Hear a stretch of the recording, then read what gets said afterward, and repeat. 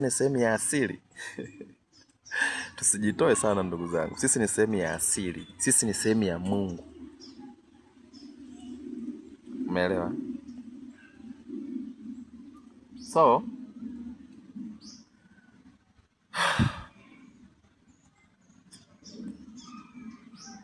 I say, ukikaa sehemu kama hii, jaribu kuwaza positive. Jaribu kuwaza vile vitu vyako unavyovipenda tu.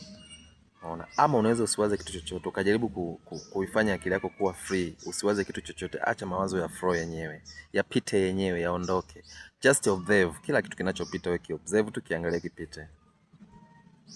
Ama kaa katika hali ya utulivu, sikiliza. Just listen. Sikiliza hawa ndege, si unawasikia hawa ndege? Unasikia miti, upepo mara unapita. You just unakaa pale na unakuwa connected. Unavua viatu, unakanyaga chini. Ukitoka hapo unakuwa mwepesi. Huna hasira, huna makasiriko, huna makunyanzi. Nafsi yako imeachia, umeachia mahofu, mawoga, mawasiwasi, umesamehe watu, umesafisha nafsi yako, umesafisha roho yako, mindset yako inakuwa iko clear. Ukitoka hapo unakuwa uko very active.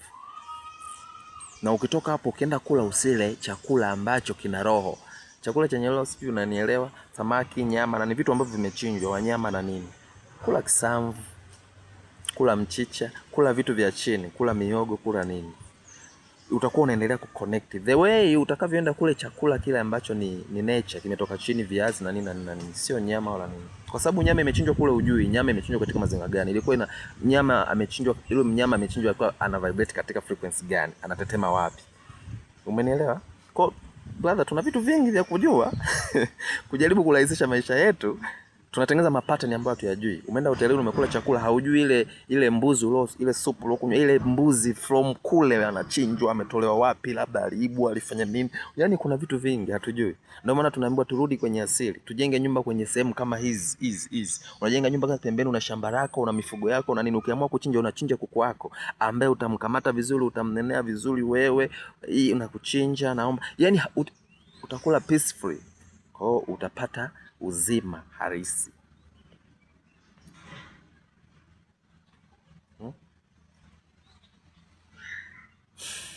Paka nimesahau. Kwa hiyo sasa, when it comes kwamba umekuja kwenye nature kama hii, umeamua kuja kuachilia kunini, kutaka kuseto akili yako, kujirudisha kwenye hali yako ya ukitoka hapo, jaribu kwenda kutana kuendelea kupractice ukiwa ndani kwako vyakula utakavyoendelea kula, kwa sababu you are what you eat.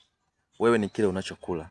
Unapokula, unapotafuna, unapomeza, unakuwa na kitu gani kwenye kichwa chako. Kile chakula kinakuwa kinaenda na energy gani tumboni. That's my point. I say I'm Joseph Marago.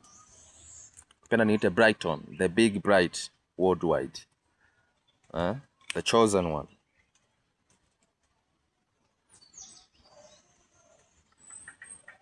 Na wewe kama una rafiki yangu, una kitu kizuri cha kushare na sisi wanajamii, ndugu zako, Watanzania wenzako, share na sisi, tuambianeni jamani. Yaani kama kuna kitu unakijua, please let's share. Utakuwa umemsaidia mtu fulani. Mtu fulani atajua, utakuwa umemsaidia. Kabisa nakwambia brother. Kitu chochote unachoona kwa unakipuuza, wewe kiseme tu.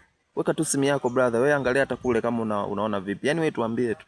Jamani, kuna hili. Kwa hiyo mimi nawapongeza sana baadhi ya watu ambao wamekuwa wakifanya baadhi ya content za kutuambia vitu fulani ambavyo pengine hatujui. Kwa kweli mimi nawa appreciate sana watu kama hao. Endeleeni kutuambia ukweli, endeleeni kutuambia mambo muhimu ambayo tulikuwa tuyajui jamani. Endeleeni kutupa hiyo elimu, hayo maarifa. Watu wangu wanaangamia kwa kukosa maarifa. Maarifa yenyewe tunayajua ni maarifa gani? Maarifa gani?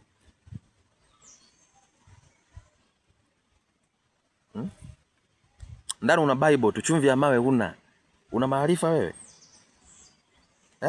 Ndani una maji uliotoka nayo kanisani, lakini hauna ubani.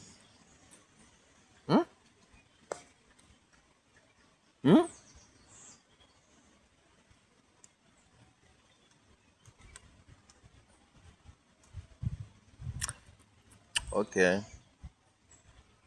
Haya, asanteni sana. Karibuni kuendelea kujifunza. I will be here for a while. Niko na Mother Nature hapa. Ananitunza,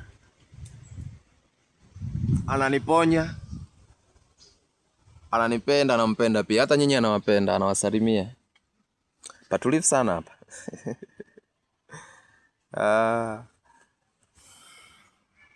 Joseph Marago, Brighton, Big Bright. Thank you.